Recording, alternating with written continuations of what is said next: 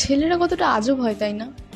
Like ওরা কিছু এক্সপ্রেসই করতে চায় না কাউকে, ওদের সিচুয়েশন, ওদের কন্ডিশন, ওরা ভালো আছে কি খারাপ আছে কাউকে কিছু বলতেই চায় না।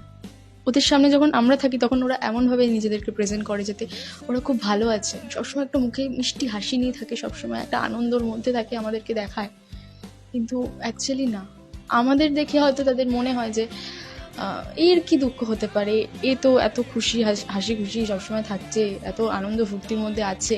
ওরা যখন হাসছে তখন ওদের মাথায় এটা চলছে যে এখানে টাকা দিতে হবে, ওখানে টাকা দিতে হবে, বাড়িতে এটা নিয়ে যেতে হবে, ওটা নিয়ে যেতে হবে। ওদের মাথায় সবসময় একটা করে টেনশন থাকেই। আর ছেলে হয়ে কাঁদবো, ছেলেরা তো সবসময় স্ট্রং থাকে, ওদের মাথায় এটাই চলে যে ছেলেরা তো সবসময় স্ট্রং থাকে, ছেলেরা কি থোড়ি কাঁদে, ছেলেরা কাঁদলে ছেলেদেরকে লুজার বলা হয়। ওদের মাথায় সবসময় এটাই চলে। আর ভুলবশত যদি আমরা কোনোদিনও জিজ্ঞেস করে ফেলি যে কেমন আছিস, তাহলে ওরা একদম হিস্ট্রি জিওগ্রাফি খুলে বসবে, খুব ভালো আছি, দারুণ আছি, বিন্দাস আছি, দারুণ চলছে। কিন্তু অ্যাকচুয়ালি না, ওদের ভিতরেও অনেক কষ্ট আছে, যেটা ওরা কাউকে এক্সপ্রেস করে না।